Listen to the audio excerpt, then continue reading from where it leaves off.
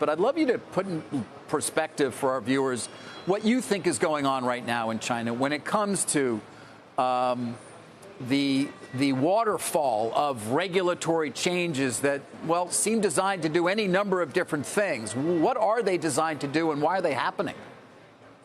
Well, the problem here is regulatory risk, and there are at least three forms of risks that investors need to pay attention to. First of all, are risks that are specific to Didi. Didi took on the risk of reportedly disregarding advice from the government, something most companies don't do. That's unique to them, and the investigations and possibly shareholder lawsuits they're going to follow are also specific to Didi.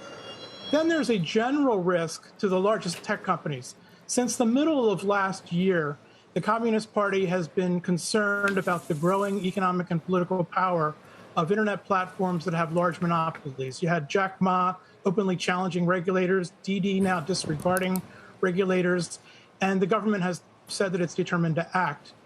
Then the third kind of risk are specific regulatory regimes and sanctions that the Chinese have adopted, sometimes over the past decade or so, that can be administered quickly, as we've seen, arbitrarily and capriciously. So that's where you get into cybersecurity, data security, antitrust, social credit scores, unreliable entities lists. There's a raft of these regulations that are out there. And investors, as they look forward at companies, need to assess those three risks and see how they apply to specific companies. Yeah. So do you think this is simply about the government exerting its control over what are certainly very wealthy individuals who run these companies and the companies themselves? China's leaders are most preoccupied by maintaining stability and their own leadership. And so in the broadest sense, the answer is yes, they feel challenged. This is China's Gilded Age. I think that China looked at Jack Ma and saw John D. Rockefeller and thought that, gee, we need to control this guy and people that can challenge us. That's what it's about at the top level. But there are legitimate interests and issues that are out there, some of which are also of great concern to the United States. You know, President Biden just issued an executive order about data security for foreign applications.